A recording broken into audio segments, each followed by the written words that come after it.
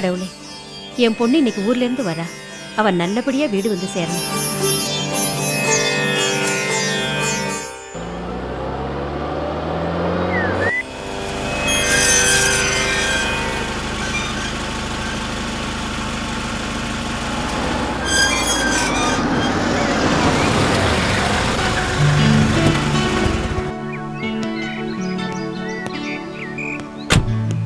எங்க மீரா எங்கங்க?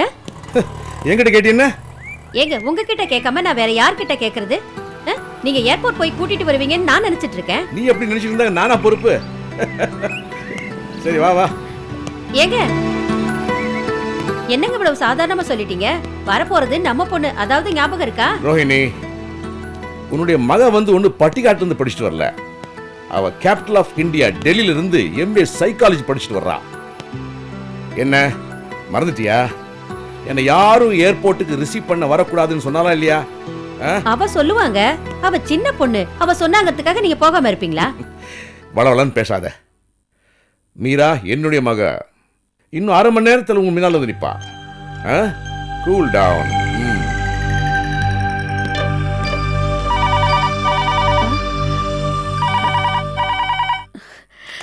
மீரா, ரோகிணி, நான் மேகலா பேசுறேன். மேகலாவா? என் பொண்ணுன்னு நினைச்சேன். இன்னைக்கு கிளப் மீட்டிங் இருக்கு, வந்துரு. ஏய் சாரிடி, நான் இனிமே சமூக சேவை, லேடிஸ் கிளப் மீட்டிங், என்னால எதுக்குமே வர முடியாதுடி. ஏண்டி வர மாட்ட? ஏன்னா என் பொண்ணு டெல்லியில இருந்து வரா.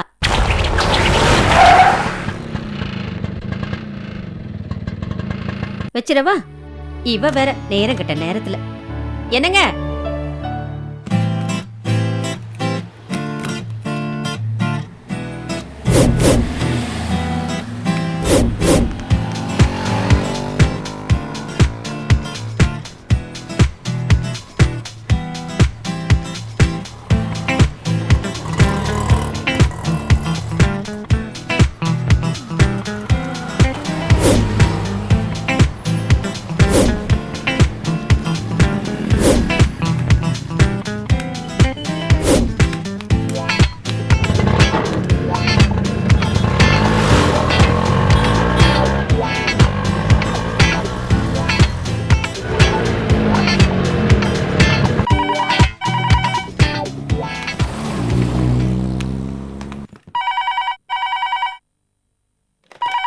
ஹலோ ஹலோ அம்மா, நான் மீராமா.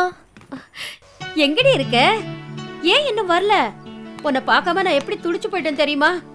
ஆமா, ஃப்ளைட் கரெக்ட் டைத்துக்கு வந்துச்சா? ஃப்ளைட் எல்லாம் கரெக்ட் டைம்க்கு வந்துருச்சுமா.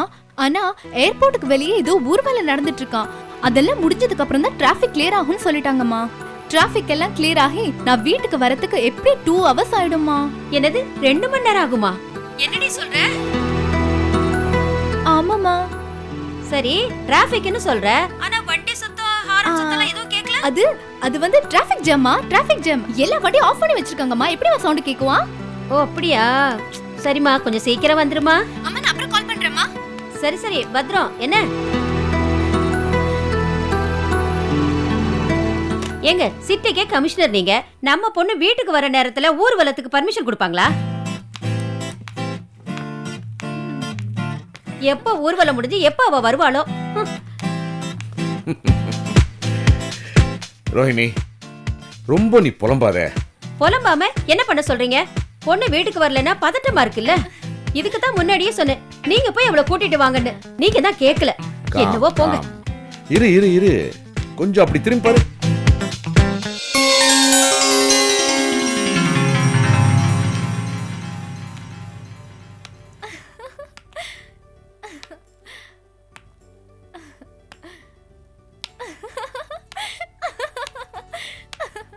மீரா, எப்படி இருக்க?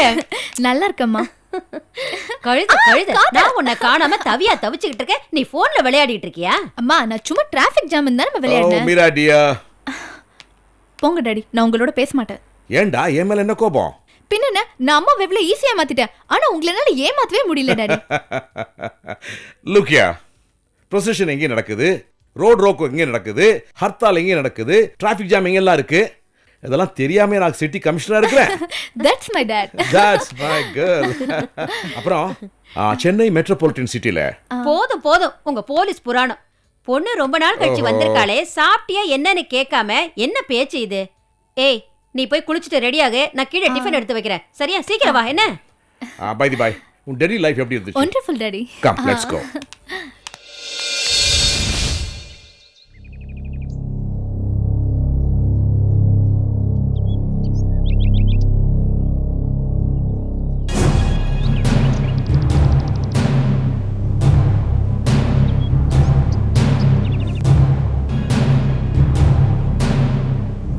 அண்ணே,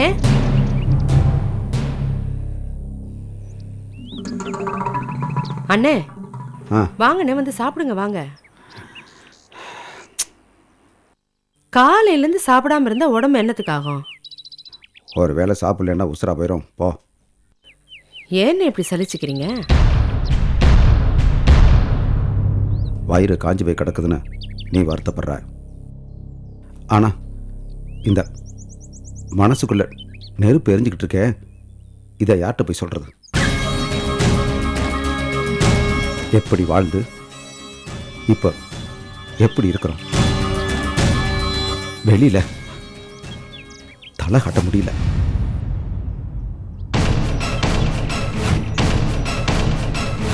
இந்த பாருமா, ஓ மேலே எனக்கு வெறுப்போ கோவமோ கிடையாது. நம்மளை இந்த நிலைமைக்கு கொண்டு வந்த சந்தியா மேல தான் எனக்கு கோவம். எவ்வளவு பெரிய ஜாலக்காரி! நமக்கிட்ட ஒரு பேச்சு பேசுறான், மாசிக்கிட்ட ஒரு பேச்சு பேசுறான். அவன் நடிப்புக்கு முன்னாடி நம்ம ஊர் அரசியல்வாதி எல்லாம் பிச்சை வாங்கணும். அண்ணே, முதல்லலாம் அவள் சாதாரணமாக தான் இருந்தா. எப்போ அவள் வீட்டுக்கு போயிட்டு திரும்ப இங்கே வந்தாளோ அதுக்கப்புறம் தானே அவள் போக்கே சரியில்லை. நீங்க கூட அவங்க வீட்டுக்கு போய் கூப்பிட்டீங்கல்ல, வந்து குட்டியோட வாழ்மான்னு. அங்க இருக்கிறவங்க எல்லாம் வேண்டாம் போகாதேன்னு அவளை தடுத்தாங்கல்ல. அதையும் மீறி அவ இங்க தானா வந்தா. ஆனா நம்ம அப்பவும் நம்பல. ஆனா அதுக்கு அவ என்ன சொன்னா, இந்த குழந்தை அது இதுன்னு சொல்லி என்னென்னமோ சொல்லி மழுப்பனானே.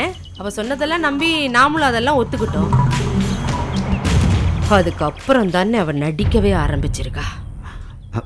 சரிம்மா, நாம எல்லாரையும் வெளியில் அனுப்புனதுக்கு அந்த சந்தியா தான் காரணம்னு தெரியும். அப்படி தெரிஞ்சிருந்தோம் உன் பொண்ணு சித்ரா இன்னும் அவளை நல்லவன்னு சொல்றாளே, இதுக்கு நம்ம எங்கே போய் முட்டிக்கிறது? அண்ணே, அதுலயும் ஒரு சூழ்ச்சி இருக்குண்ணே. சித்ரா பொதுவாவே அப்பாவி, கல்யாணம் ஆகி குழந்தைங்கிறதே இல்லை. அதுலயும் யாராவது இந்த கோயில் குளங்க போங்க, இந்த பரிகாரங்கள்லாம் செய்யுங்கன்னா எல்லாத்துக்கும் தலை அசைச்சு எல்லாரையும் நம்பிடுவாவ. அந்த பலகீனத்தை இந்த சந்தியா சாதகமா பயன்படுத்திக்கிட்டா. அம்மா,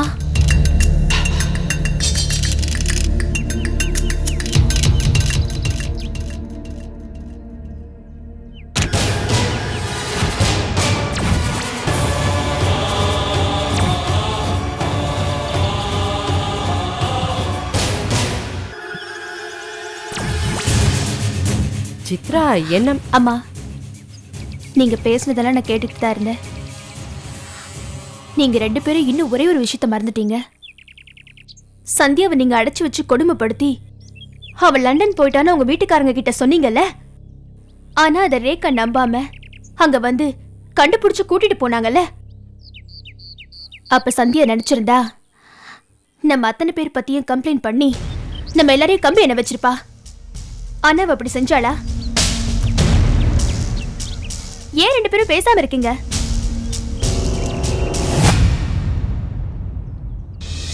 ஏன் பதில் சொல்லாம இருக்கீங்க? அப்படி செஞ்சாளா? அது மட்டும் இல்லாம குட்டி மாடியில இருந்து மதுபாலாவை தள்ளி விட்டு கொலை பண்ணத கண்ணால பார்த்தவ. அப்படி இருந்த வெளியில அதை பத்தி ஒரு மூச்சு கூட விடல. ஏன்? ஏன்னா அவளுக்கு குட்டி மேல அவ்வளவு பாசம், நம்ம மேல மரியாதை வச்சிருக்கா. ஆமா, மரியாதை. அவ்வளவு மரியாதை இருக்கிறவ எதுக்கடி உன்னை வீட்டை விட்டு வெளியில அனுப்பணும்? அம்மா, நான் வீட்டை விட்டு வெளியே வந்ததுக்கும் அவளுக்கும் எந்த சம்மந்தமும் இல்ல. என் புருஷன் நல்லா இருக்கணும்னு நான் செஞ்ச பூஜையை அவர் தப்பா புரிஞ்சுக்கிட்டு என்ன வெளியே அனுப்பிட்டாரு. அதுக்கு அவ என்ன பண்ணுவா? இன்னும் சொல்ல போனா, நான் வீட்டை விட்டு வெளியே வரும்போது அவ வருத்தப்பட்டு எவ்வளவு அழுத தெரியுமா?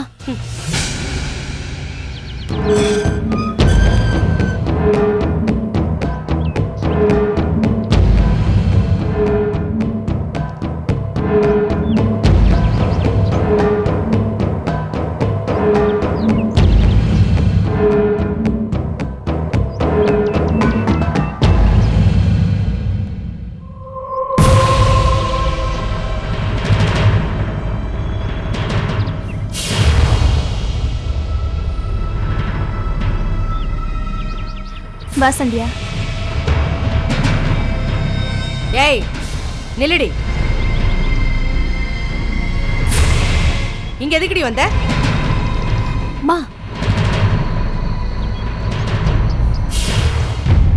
நாடகம் மாடி இவங்களை எல்லாம் வெளியில அனுப்பிச்சிட்டோமே, இருக்கிறாங்களா இல்ல அவமானத்தால செத்து போயிட்டாங்களான்னு வேடிக்கை பார்க்கறதுக்கு வந்திருக்கியா? அம்மா எதுக்கு இப்ப இப்படி கத்துற? அவ எதுக்கு வந்திருக்கான்னு உனக்கு தெரியுமா? வந்து சொன்னதானே தெரியும்.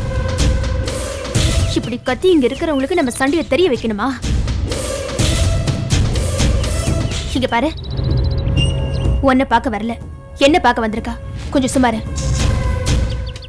நீ வாமா.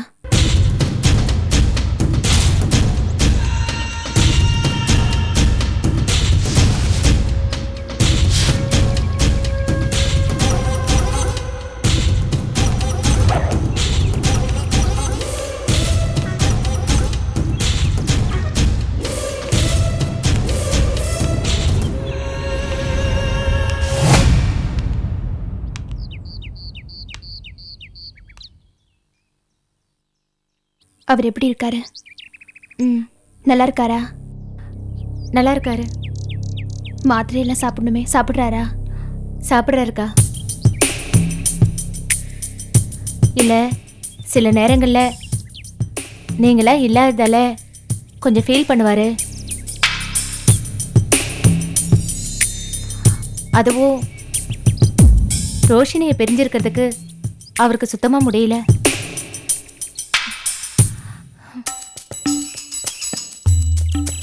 என்ன பண்றது, சூழ்நிலை அப்படி ஆயிடுச்சு. அக்கா, நீங்க வீட்டை விட்டு வந்ததுக்கு நான் காரணம் இல்லக்கா.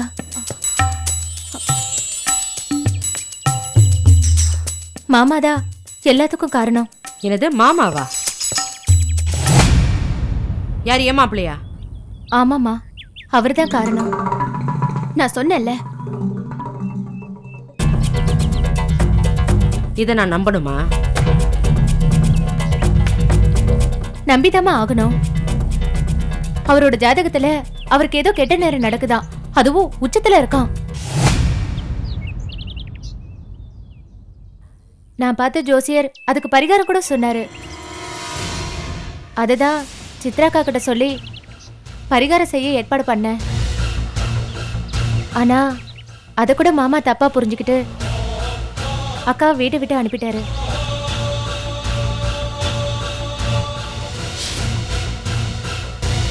எனக்கு மனசு கேட்கல. அதான் மறுபடியும் கோயிலுக்கு போயிட்டு அதே ஜோசியரை பார்த்து மறு பரிகாரம் என்னன்னு கேட்டு வந்தேங்க்கா.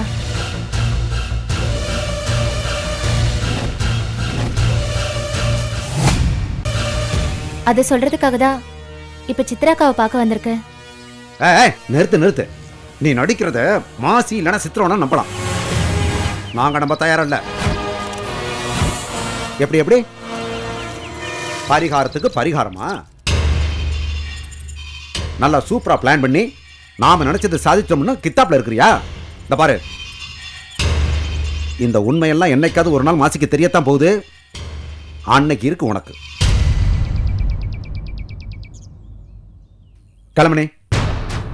சரி கிளம்பு. சரி மாமா, நான் என்ன சொன்னாலும் நீங்க நம்ப போறது இல்ல. ஆமாண்டி, நம்ப போறது இல்ல. நீ முதல்ல கிளம்புற வழியை பாரு. அம்மா என்னமா அக்கா? பரவாயில்லக்கா, விடுங்க. எனக்காக நீங்க சண்டை போட வேண்டாம். நான் கோயிலுக்கு போய் உங்க பேர்லயும் குழந்தை பேர்லயும் அர்ச்சனை பண்ணிட்டு வந்திருக்கேன். இந்தாங்க பிரசாதம். குழந்தைய பத்திரமா பாத்துக்கோங்க. நான் வரேன்க்கா. சரிம்மா. வா.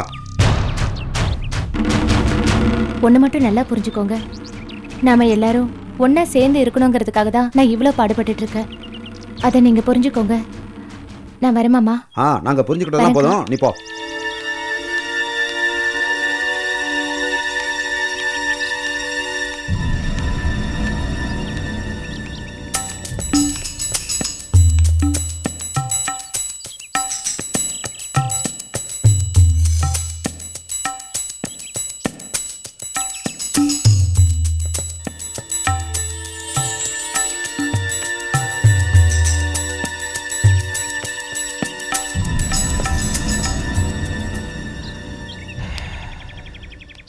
என்ன திமிர் இருந்துச்சுன்னா மறுபடியும் வந்து நமக்கிட்டே பேசிட்டு போகும்.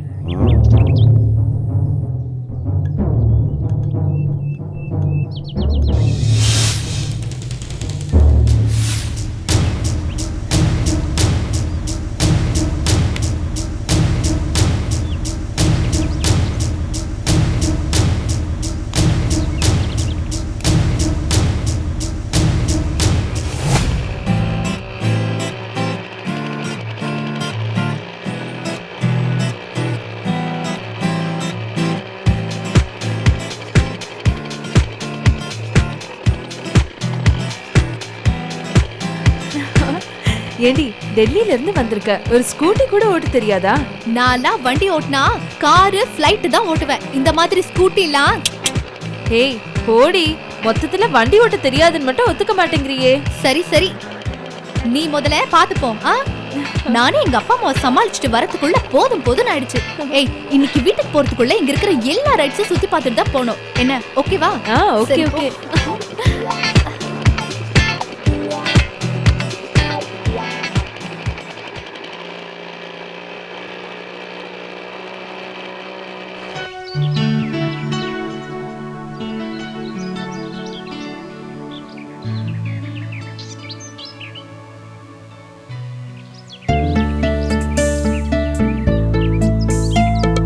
ஆமா, டெல்லி போற சமயம் பிஜி முடிச்சிட்டு எம்ஃபில் பண்ணிட்டு பிஹெச்டி எல்லாம் முடிச்சிட்டு தான் வருவேன்னு சொல்லிட்டு போனேன். இப்போ என்னடானா ஃபைனல் இயர் எக்ஸாம்லாம் முடிச்ச உடனே வந்து நிக்கிறேன்.